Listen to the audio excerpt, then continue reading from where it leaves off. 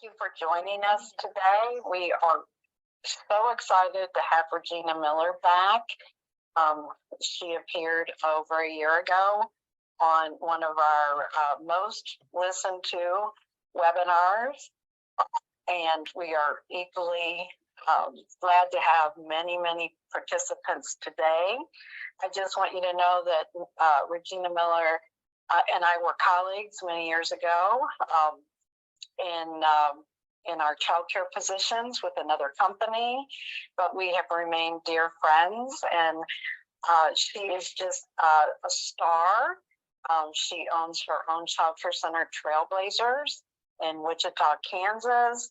She also has a consulting business where she helps other entrepreneurs start their business and works with a lot of individuals that are doing startups for childcare or wanting to expand their businesses, as well as others.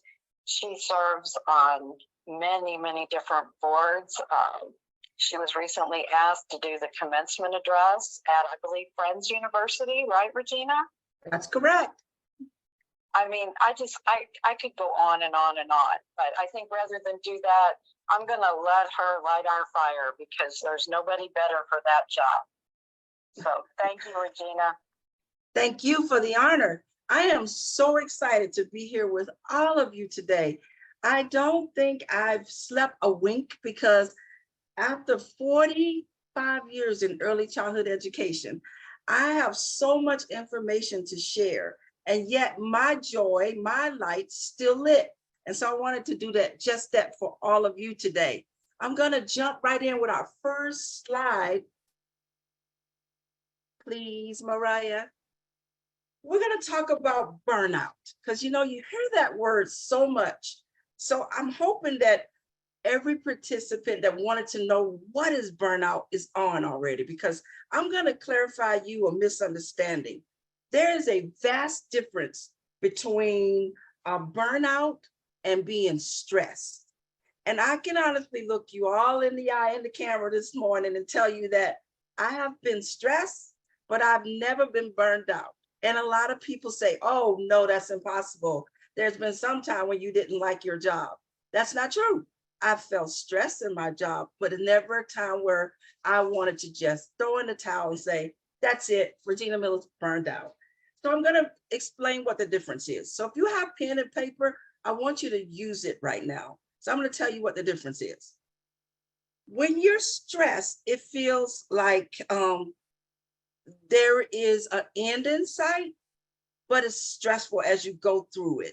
So you do see an end, but you got to get there. And during that time that you're trying to get to your light at the end of your tunnel, the stress is overwhelming. So that's a stress, not a burnout.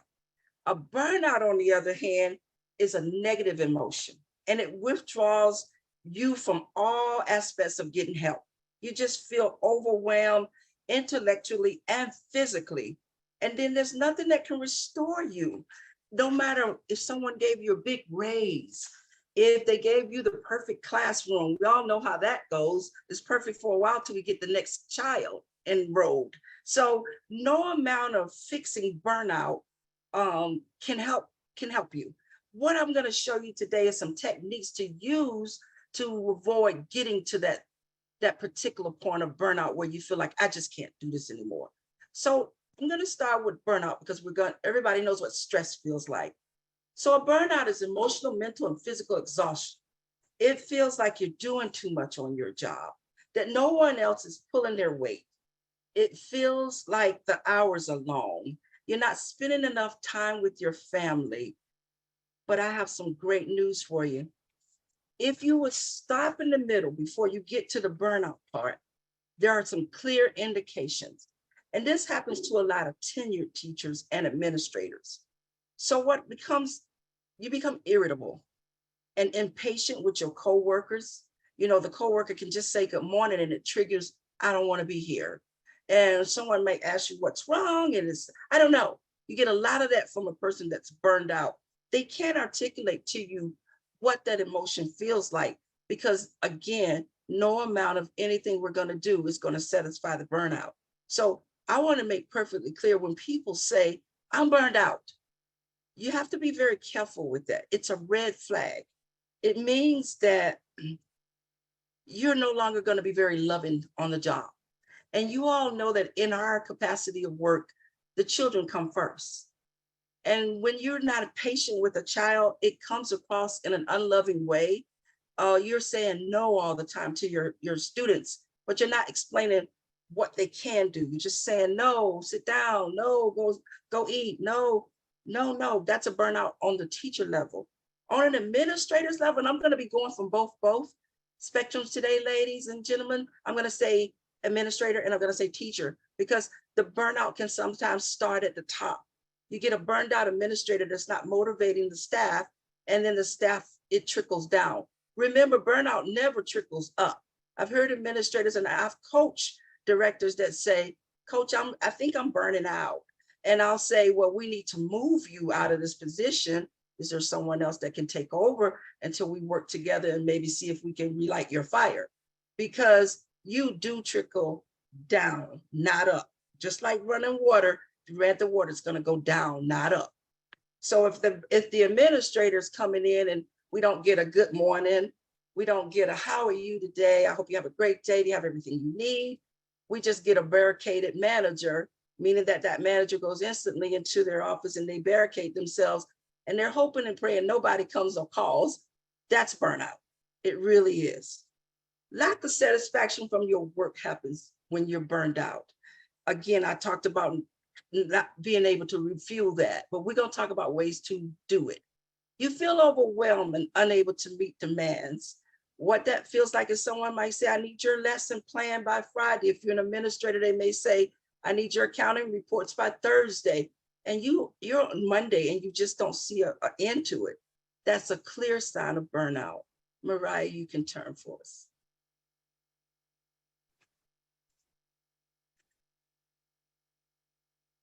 Burnout in childcare, I want to tell you that it's usually from outside forces. I want you to lean in and hear me say that again. Burnout comes from outside forces. You usually get a family member or friend that says, they make comments to you like this. Oh, you're a preschool teacher? Is that a real job? Oh, you're a glorified babysitter. And when people say hard things like that, it reduces your idea of essential. You start to wonder, do I need a new job? Does people see this as babysitting? We all know we're never going to make enough money. It should be tangibles that get us going through the goal line. So when an outside force say to you, you work at a childcare center or a daycare, that's not a real job. You want to come work with us at Amazon, I shouldn't have said that word, but at some different company, then you need to reevaluate yourself, because childcare is a whole different industry. And we know that we're shaping the future. So therefore, when we talk about what we do at work, it has to be with love and care. I've had people ask, how in the world do you last this long? I'm excited for every student. I'm raising the children of the students that were once, I just got a new little girl today, and her mom was my student when she was 2. It really makes me feel like the circle of life is being valued, and the fact that they want to come back under Miss Regina's leadership and have their child in our child care facility makes me elated. So let's talk about your role in your workplace. And you feel like you're doing too much, that's a time to clearly go talk to someone in charge. It doesn't mean that you don't have to clean the table after lunch, or we all know we wear multiple hats. I tell people when they say, well, what is it that you do? I say, on which day? Because we all know each day is different. I might be the janitor today, I might be the bus driver tomorrow, I'm the executive director the next day, and the next day I'm just a teacher. And I don't mean just a teacher, because our teachers are important. They are the light in our facilities. When you get lack of support from the management or your coworkers, and it could seem sometimes like they think you are a problem employee because you say, hey, I'm just going to make up a name. Hey, Cindy, I need help with my new student. They don't seem to, want to go to lunch with me, or they don't want to go outside with me. Cindy, who has tenure, might say, oh, I can show you a game to play that will inspire that child. want lunch, to want to go play and come back and wash up for lunchtime. So remember that tenure, if you're a tenured employee, reach out and help your less tenured people. Lack of time management. I love this one. When I say time management to people, they usually think that they need more than 12 hours in a day for work-related activities. I'm here to tell you from experience, that is not true. When you find time for what's important to you, you'll discover that your day runs like a well-oiled engine. You'll be able to get things done in a timely manner, and you'll understand that not everything works together all the time for your purpose. And I'm going to say that again. Not everything will work together all the time for your purpose. So what I mean by that is, you may have planned a fun activity and little Johnny shows up, and Johnny doesn't want to do that activity. And you can see that Johnny's a leader in your class. So he's changing the whole dynamics of that activity. I'm here to tell you, go with the flow. Sometimes teachers and administrators make themselves so sad because they'll say, I prepared all of this and nobody wants to do it. Doesn't mean they don't want to do it. It just means that at the moment, that timing is not right. That causes a lot of burnout. I'm ready for the next slide. When you are continued signs of burnout, looks like you'll get a physical headache, aches and pains. I know we all can relate to the lady that every day you ask her, how are you today, Regina? And she says, oh, I got a migraine. Oh, my leg hurts today. Oh, my back hurts today. And you're genuinely concerned for Regina. So you say to her, Regina, what are you taking for that headache? And you go, oh, it just happens when I get here. That's a clear sign of burnout. Whenever you go to a place and it makes you not happy, you're burned out. Emotional, you're feeling trapped and hopeless and possibly even depressed. And I can tell you, a depressed teacher will depress your whole entire facility. A depressed teacher makes everyone around feel sad. You all caring about her and what's happening with her. But in the meantime, there's other people feeling that negativity is spilled over to my room. That negativity is on me now. You can't allow that. You have to make sure that you ask the person how they're feeling, but then you refer them to the correct authorities that can help them. And sometimes that's not your co-teacher, because the co-teacher will get drawn into, I don't know how to help her. And then they become sad. And we all been a victim of someone telling us a little bit too much. And then we feel like we have to solve that problem. That can very much lead to burnout. When you feel like you're not thinking about the children in our care anymore, you're thinking about, how do I help Regina today? She's gonna come in sad. I'm gonna bring her an iced coffee. I'm gonna grab her a chocolate bar. But by 10:30, Regina's still sad. That's not your burnout, that's Regina's. And you'll notice I'm using my name, so I don't use other folks. Absenteeism in the workplace. When you have someone constantly calling out because they just don't feel good. And you might say, well, did we get that checked out last week? And again, when you asking these questions, you're not asking to break any HIPAA laws. You're asking as a concerned administrator that want to make sure that we're not bringing anything to the facility that the children are going to come in contact with. So when I ask you, you still have that strep throat, or you still have that, what's going on? And you, oh, I took medicine. I think I'm going to be okay. I'm just not feeling well. If the children aren't making you happy, I can guarantee you, please listen to me, directors and owners of childcare centers. If those children are not making the employee happy, there's absolutely nothing, and Regina do mean nothing, you can do to make them happy. A lot of people throw trinkets and rewards and let's grab lunch and let's buy them all new books and let's get them all a massage and you'll still have that person tell you 2 weeks later, I'm leaving. Burnout cannot be cured. I need to make sure everybody understand that. You'll see a reduced performance. That person will make up every excuse in the book. In fact, I want to make you all laugh today.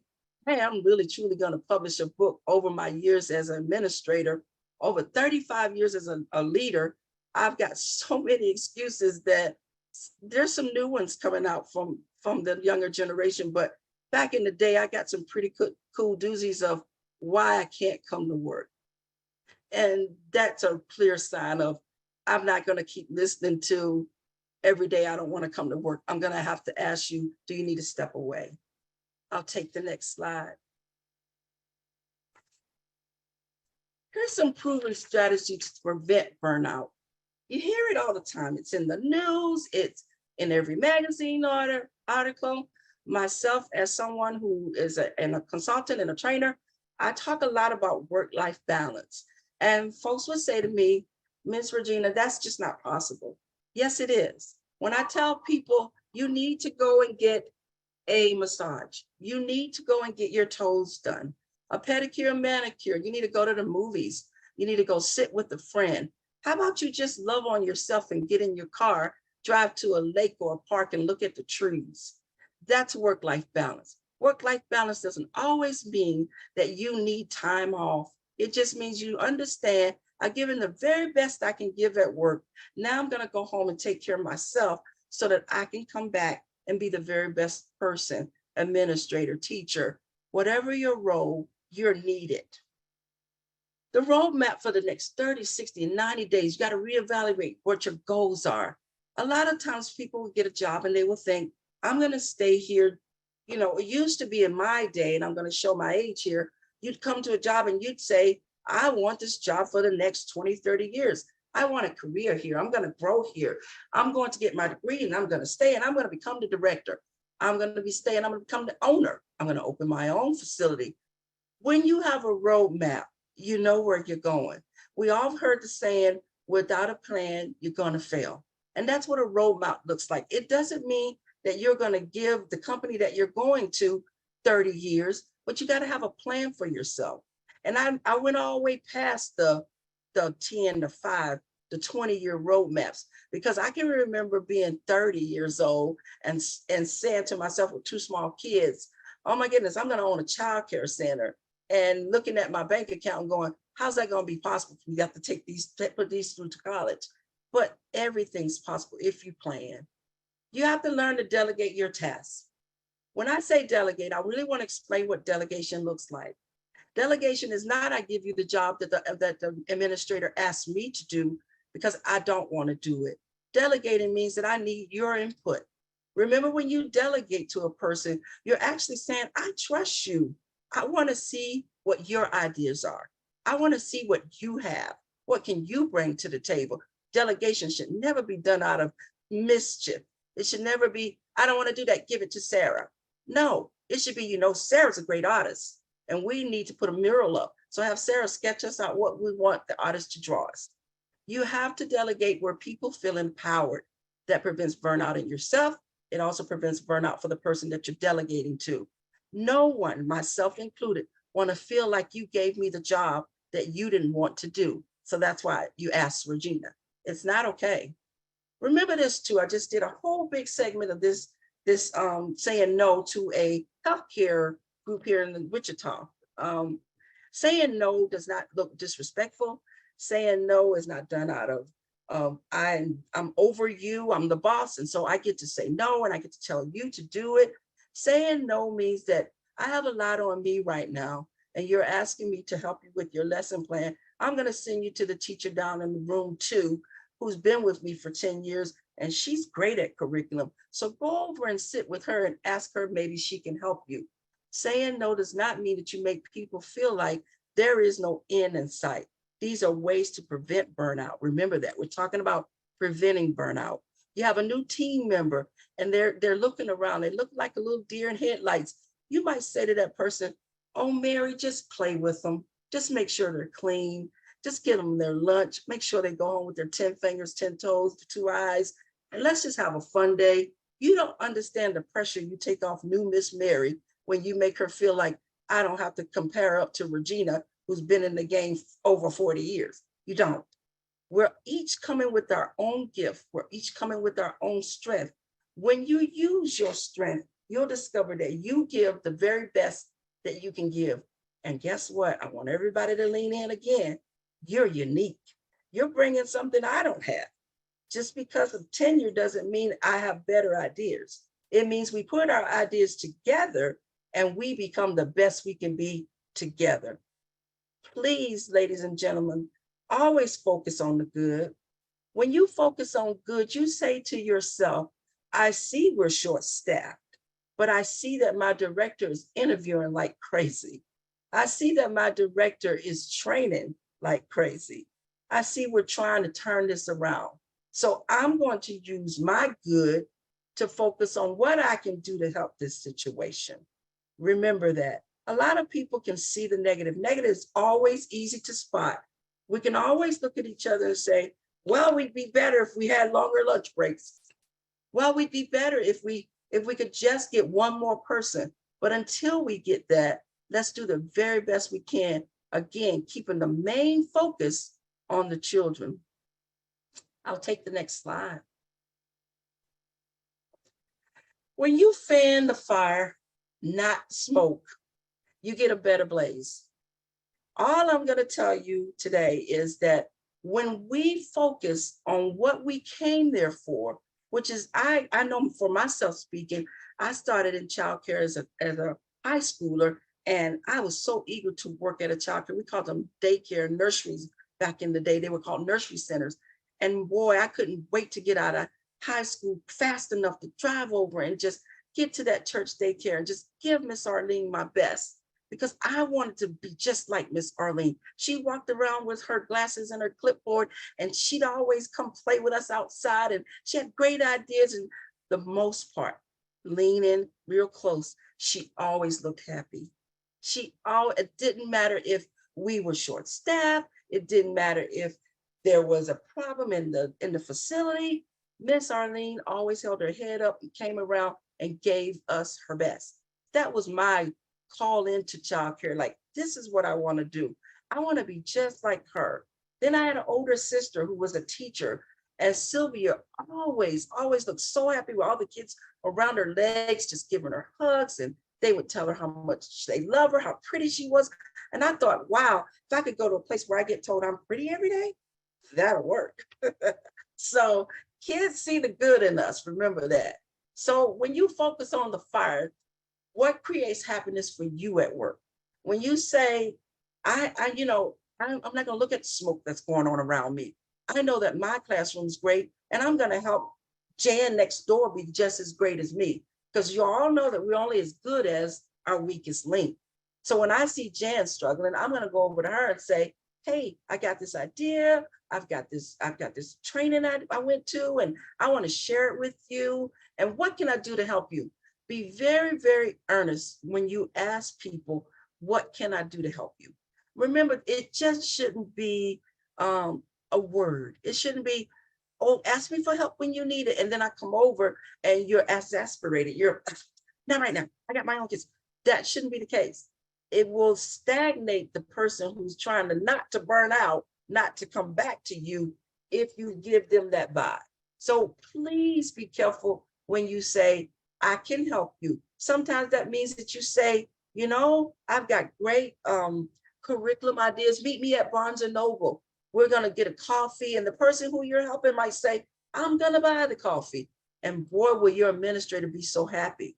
Because, I have to tell you that we all know we'll never, ever, ever make enough money in this field. I do see our legislators trying. I'm not going to go off on a tangent about legislators because I am an advocate for this field, and I could just go on for hours about it. But I do see changes with our grants, with our local licensings. People are trying to ensure that the future of our children is safe. But guess what? I implore everybody listening to me to dig deep inside and make sure that this is where you want to be, because no amount of funding is going to ever touch that child's life if the teacher and the administrator is not doing that. So make sure the first thing you do in the morning is tell your friends how happy you are that they came back. When I walk in, I get Grandma Gina, and I get, oh my goodness, you came back. And they always look at me like, yeah, we came back. Sometimes some of them are so smart, they'll say, my dad bought me or my mom bought me. I had to, they got to go to work. Oh, I love my school. That's the biggest compliment.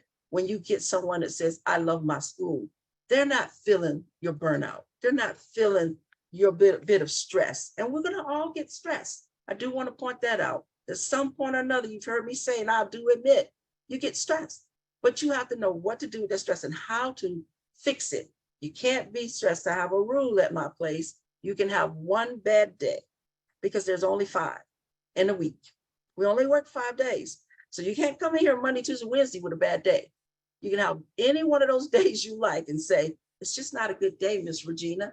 And I'm going to stand in the gap for you. What can I do for you? Can I read them a story? Can I take them outside for you? You need a little bit of a break. I want to help, but every day is not going to be a bad day because our kids deserve so much better, so much better. I know you heard this before, but we all need some sleep. I'm not much of a sleeper. I get to bed about 8:30 at night and I'm up at 4, sometimes 3 a.m.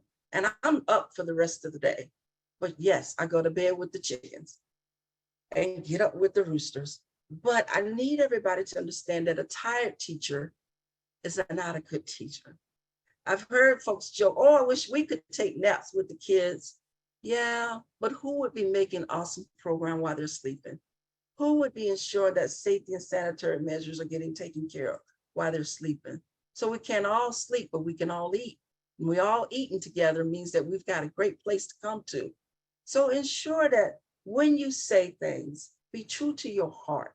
If you say you want to be an educator, put some work in, grab the training, listen to your local license, listen to your mentors, listen to people who experience things you have not yet experienced. Sometimes we do ourselves the most disadvantaged because it happens to, a lot more often than people think. Someone would say, well, no, I'm not asking her because I don't want her to know my business. I'm here to tell everybody, all the children all over the world, they're all our business. So if you see a center that's not up to par, you see a teacher that's bad mouthing, where she works, that's everybody's business because this profession already has so much to prove. We're always being asked to prove ourselves. And that can't be done if we have people that say, oh, I'm just there to Christmas. Oh, I'm just working it through till I can find something better. Hopefully this will come up or that'll come up. That's not longevity. And I'm here to tell you, as someone, again, who spent over 45 years of my life in early childhood education, I am deemed and determined to ensure that the next group of leaders that are coming through behind me get everything I have. Because it doesn't do Regina any good if I take it with me, if I take it to my grave, if I take it home and retire with it. What good is it? So we need to remember that each one teach one rule. So if I have something you need, reach out and ask. No one gets fed with a closed mouth, and no ears that are closed with their fingers over them can hear knowledge. I need all of us to remember that you have something unique. You have something that the next lady doesn't have. And a lot of times I have the younger generation say to me, I'm so intimidated by you. Don't be intimidated by me. Teach me what you got, because you've got something I don't have. And sometimes it's just those good knees, you're jumping around and you're playing with the kids. And I'll sing. I have no tune, but I'll sing and you jump around. We all are in this together. And I implore every one of you to really look at yourself today and find out, where are you in search of, I want this to be my calling? Because we only as good as what we give. And a lot of times people want to get and not give. But you have to bring something in order to get something. You bring me your good talent and I'll use it and I'll pay you well. You bring me your good talent and I'll showcase you and others will learn. You have to remember that about burnout and stress.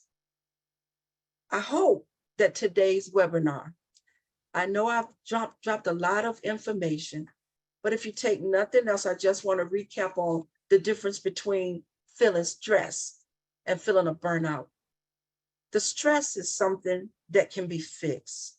There's an end in sight when you're stressed. And a lot of times we make it bigger than it really is. We carry that thing on our shoulders all day long. We're sick. And then the next day it works itself out and we're like, I didn't even eat dinner over that. That's a stress. Burnout is totally different. The burnout is you bring unhappiness to everyone around you in your work facility, because you bring no kind of joy. And you guys know I do a training about joy. And you have to bring the joy with you. There is no administrator in the world that can give you joy. That joy comes from within, and you have to bring that to work with you. So if you're not bringing that joy, you're going to feel that burnout. And burnout leads to negative emotions and withdrawals. And it's just not a pretty sight. And then if you try to patch it, you'll soon discover that you not only have one person on the team that's burning out, but you yourself are trying to burn out. And then the others that are around you are burning out as well. Because our profession, I'm here to look you in the eye and tell you, I love early childhood education. And I want us to be the very best we can be. And that can only happen if we take care of yourself first. I was going to say me. I take care of me so I can give to others. I'm open to questions.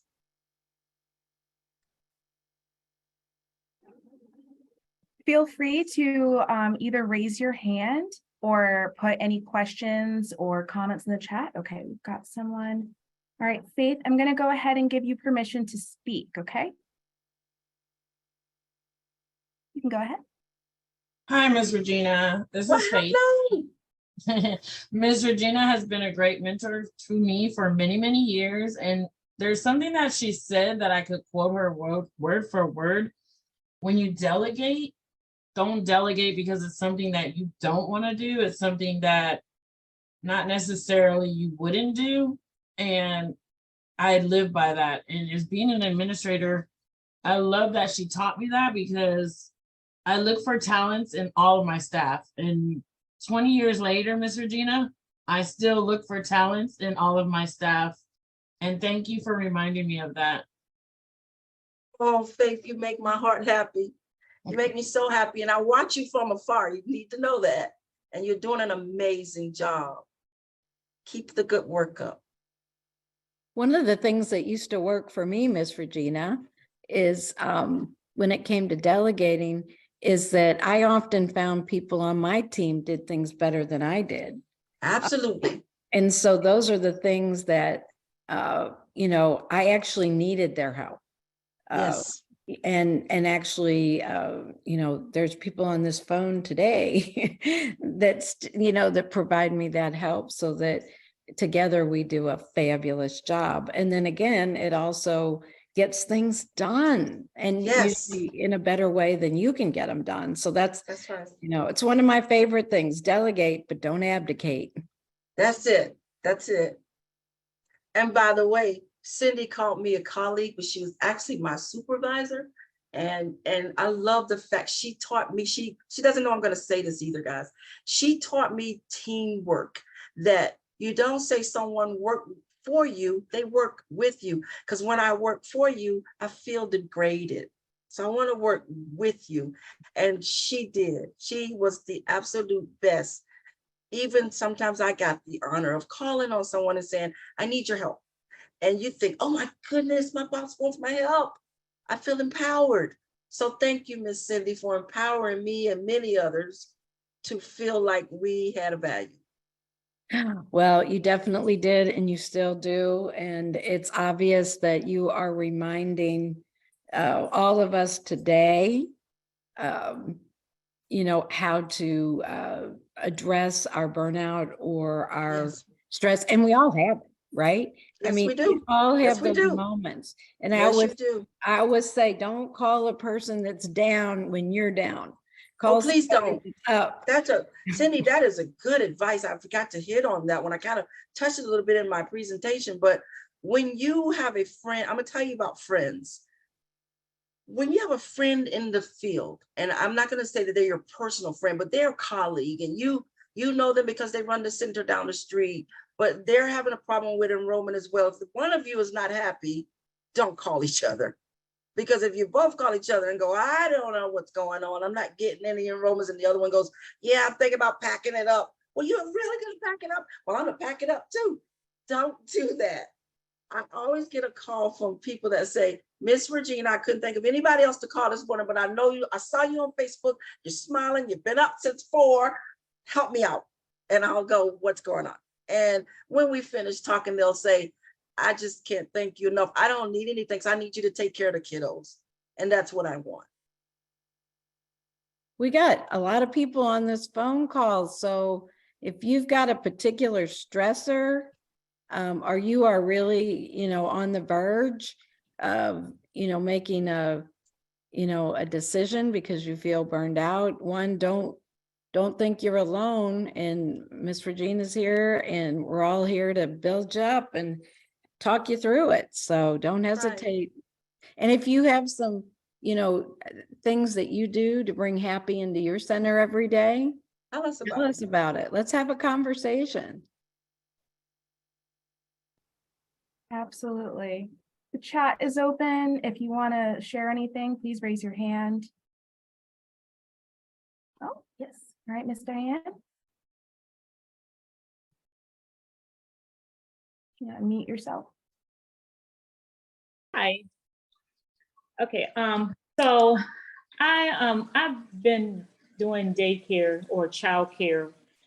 Started out with a family home, and 32 years as of March years later, I have 2 centers, and I closed my home daycare. But what I found out in the last few months is we literally been stressing because of staffing. So I totally agree with Miss Regina on, you got to watch, and I'm paraphrasing, you got to watch how the attitudes around that you have around the kids or your facility, because it will rub off on everybody. And there was times where I was just hiring people, as long as they passed the fingerprinting and had a high school diploma, just the regular rules. We were just hiring them because we needed that for racial. So it had got so, I was stressed or burnt out or getting that way. And I found myself, Regina was talking about me. So I'm thinking she was born somewhere or something. I don't know. It was meant to be. I'm always, yeah. Miss Diane, I want myself and everybody else on the call to congratulate you for your 32 years. That's not an easy feat. And I also want to tell you that I had my card pulled just a couple of weeks ago. My son, who's now, how old is my son? He just turned 35. He came in one day and I was doing an interview, and he knocked on my door. It never bothers me when I'm doing an interview. He knocked on my door, and then he walks away, and I go out to the office and I said, son, I'm in an interview. And he says to me, yeah, that's why I knocked on your door. And I said, what's the problem? He goes, Mom, you've been in childcare longer than I've been alive. And that lady that you're doing, that's not a Regina Miller hire. And I said, what's the problem? And he said, Mom, you're going for just breath in their lungs these days? And I won't describe what that person was doing that made him feel like that. But he has an invested stake because he pays for childcare here for his 16-month-old daughter. And I thought, he does have the right. And then there was another parent that walked by and just gave me a look like, no, Miss Regina, no.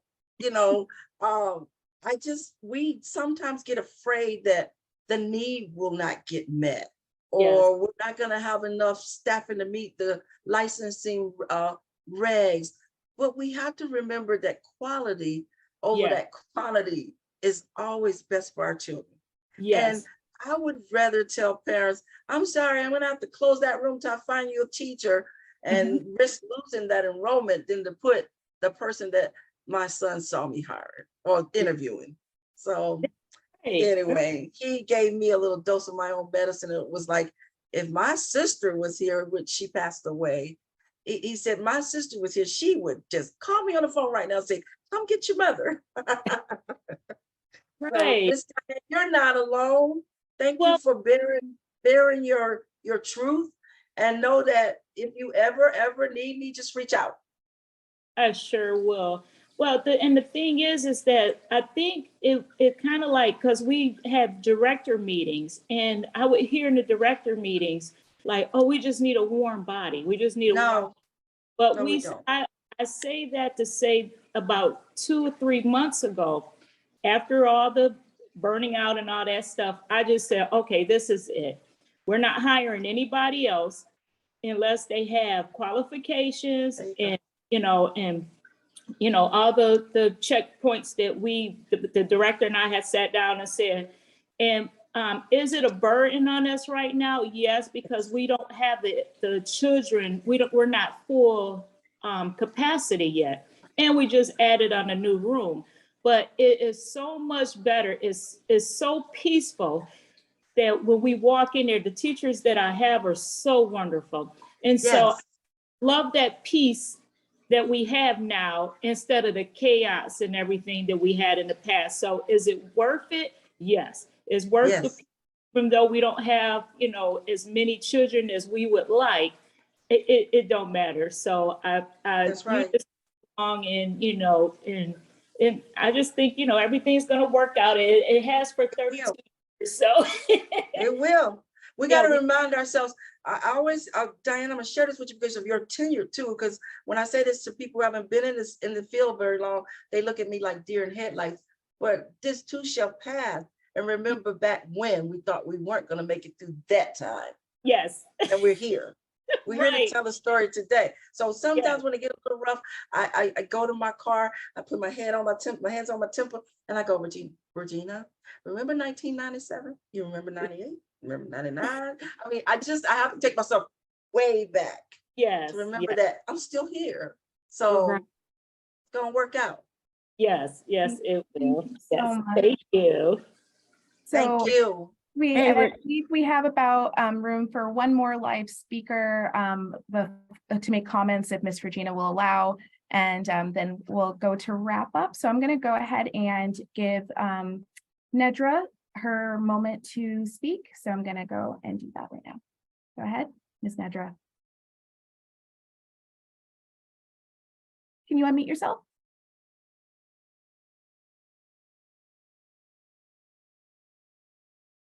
Ms. Nedra, can you unmute yourself, please? Good afternoon. Hi. Good afternoon. That's a pretty name. Thank you.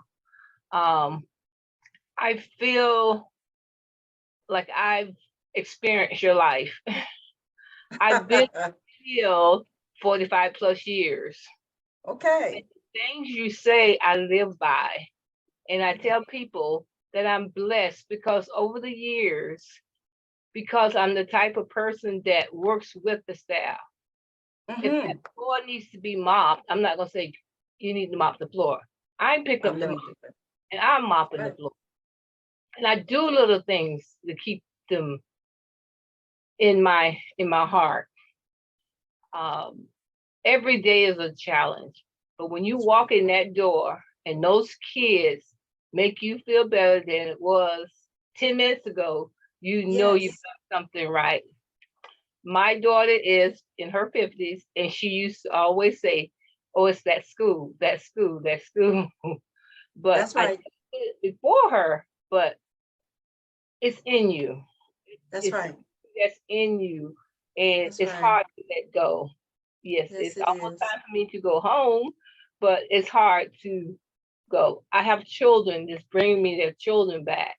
That's right. Yes, so I've been here for a while, and it's such a joy to have someone actually feel like I feel on a daily basis. I really appreciate having you.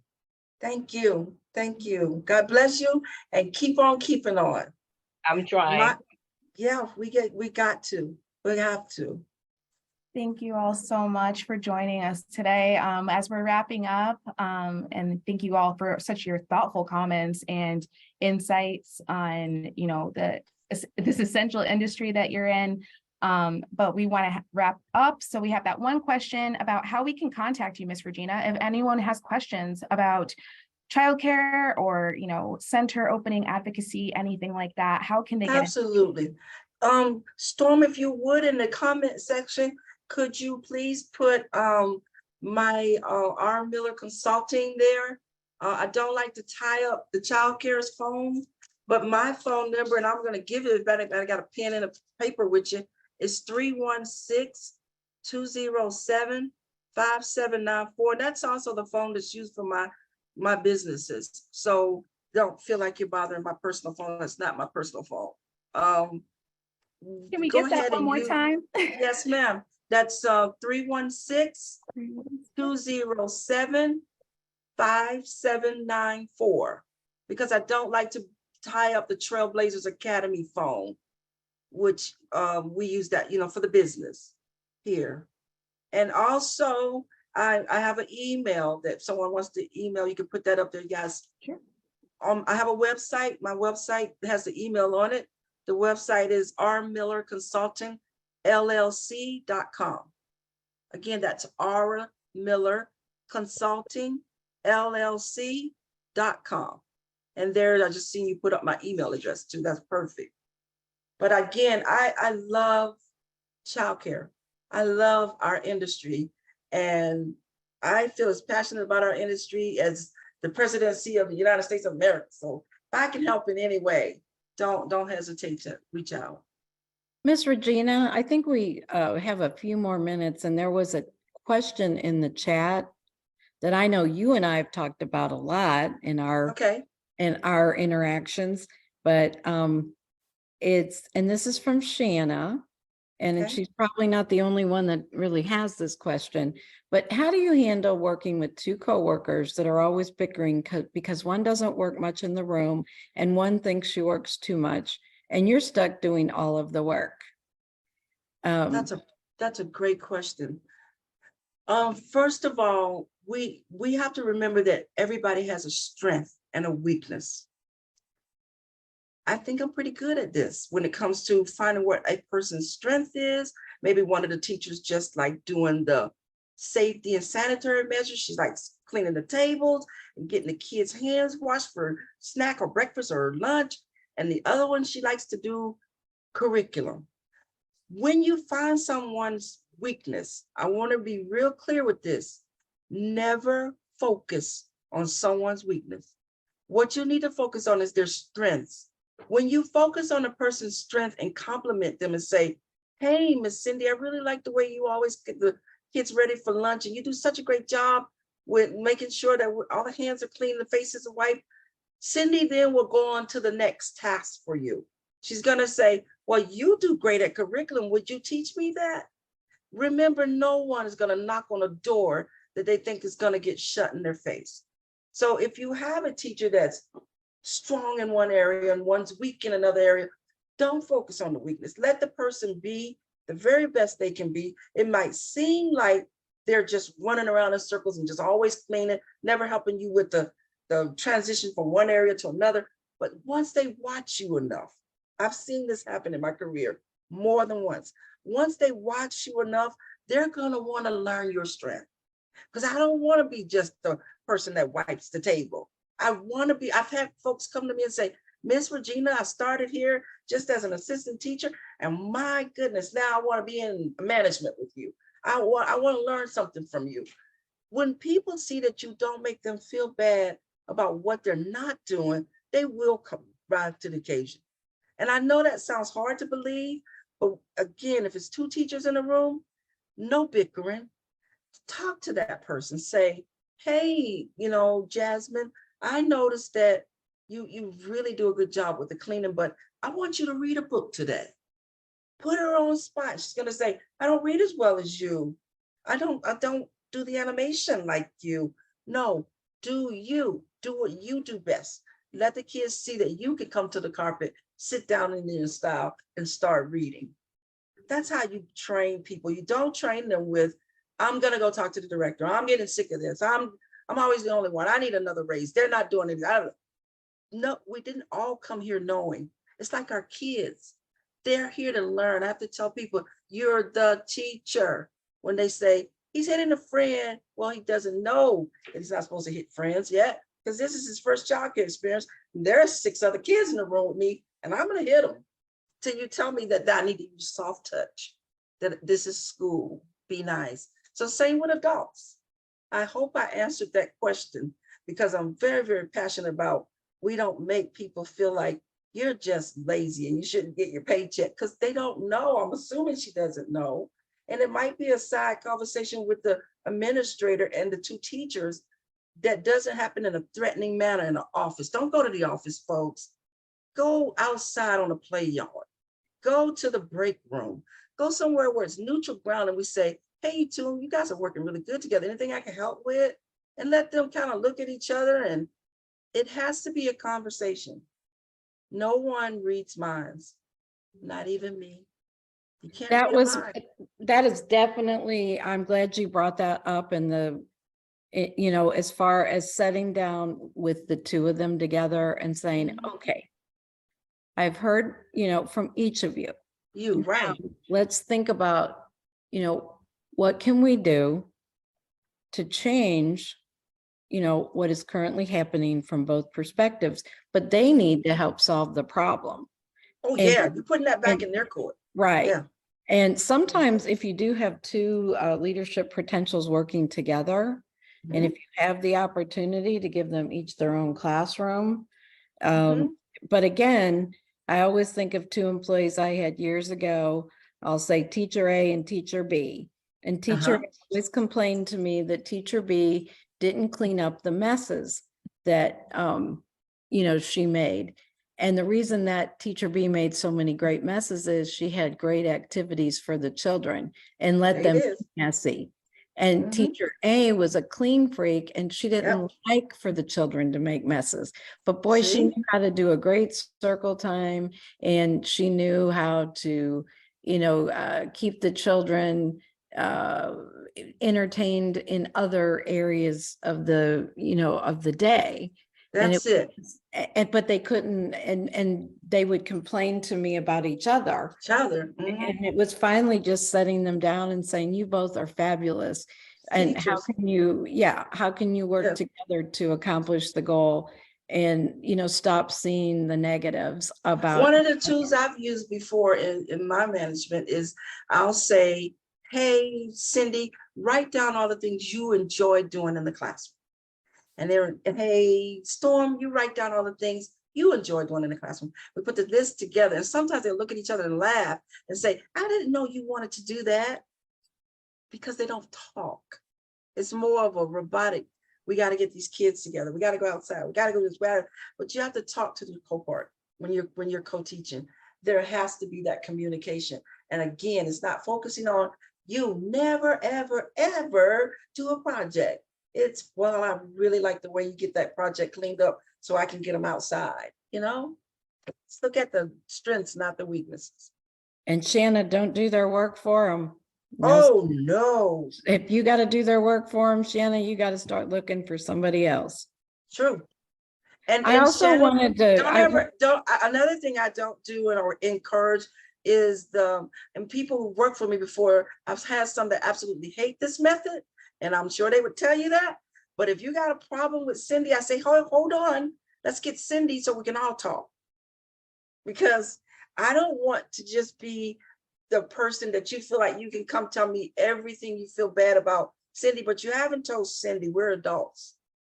What I say is go back and, you know, have a conversation with Cindy. And if you need a mediator, I'll be happy to step in. But I want you to go to her as an adult and say, these are the concerns I have working with you. And then if she says, oh, well, that's just your problem, then we need to talk with me. But everything does not need to be addressed in a, what I call a redirective way, you know, like a consultation. Yeah. well, Shanna, and I hope that helped you and anybody else. I'd also like to just, before we wrap it up, recognize Kelly Rubrick's comment. She says that she started to initiate conscious discipline into her curriculum and focusing on the aspect of wishing our staff and children well each day. And I will tell you, conscious discipline is an excellent, Yes, it is. piece of curriculum to use in your facility. Frog Street Frog Street curriculum has trainings, I believe, that regarding conscious discipline. If you're interested in more information, let me know. But Ms. Regina, as always, it's a pleasure hearing from you and keeping us, you know, on our toes and not letting us burn out. And again, you know, there's a lot of people on this call, and hopefully you have a friend that can pump you up when you need it. But if not, I'm here, Miss Regina's here. And anybody in our NEGBA or NCCA office That's right. can help pick you up. So thank you for joining. And remember, each and every one of you are essential. And I Yes. think Miss Regina said it somewhere along the line today, but it's our job to leave some essential people behind and continue to build upon what many of us have spent 35, 40 years doing. And we just have to make sure that we find a way to reach our new generation. And part of that is going to be they have to love coming to work. They do. And and it has to start with us showing them why we want to work here, why we're Right. here. Mhm. All right. Well, everybody take care, and we'll see you next month on our May webinar. Yeah, I'm just gonna wrap it up a little bit. I have a couple of extra slides here. Okay, go right ahead. And I just wanted to point out that we are always open and open for feedback. If you have any questions about NCCA, about advocacy, general inquiries, membership, our webinars, or if you are looking for a certificate in continuing education, please do not hesitate to email us. This is our email right here on the screen, ncca@necpa.net.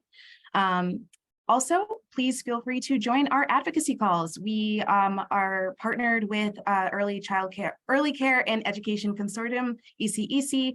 So we do those calls once a month. Our next call is going to be May 3rd. It is a Wednesday at 3 p.m. Eastern. I'll leave this slide up really quick. If you have your phone out, you can go ahead and scan that QR code. That's going to bring you to a Google form. Put your information in there and you will automatically get the information for those calls. We'll also send you emails alerting you of when the next call is and any information on the toolkits and advocacy that you can take part in. Also, if you don't follow us already, please follow us on social media. This is links to all of our social media accounts. I think we're missing our YouTube, but the recording will be going up either later this afternoon or tomorrow morning. And everyone who is here right now is going to get an email with the recording, the link to the survey, which is also going to pop up right after this webinar concludes, and your certificate for continuing education. And you can please feel free to share that to everyone. But if you don't follow us, please check out our Instagram, our Facebook, our LinkedIn, and our Twitter accounts. And I'll move on. And then, as Cindy already said, we are more than happy to see you next month. Please do keep in touch about what we are doing. If you are interested in becoming a member, please, please give us an email or a call. Cindy, our director, is very, very open to questions, information. She loves to help. She's very passionate about the work that she does. We're all passionate about the work that we do here. Miss Regina is a testament to that. Her and Cindy are besties. So I love that you were able to teach us some things today, because for me, honestly, we can all use some tips on how not to burn ourselves out. So it happens very easily. But thank you so much, Miss Regina. Thank you all for joining us today, and we'll see you next month. And thanks, Mariah, for all the work you do to help make sure this webinar goes off without a hitch. I do the best I can. Thank you, Cindy. Bye. Bye. Bye-bye.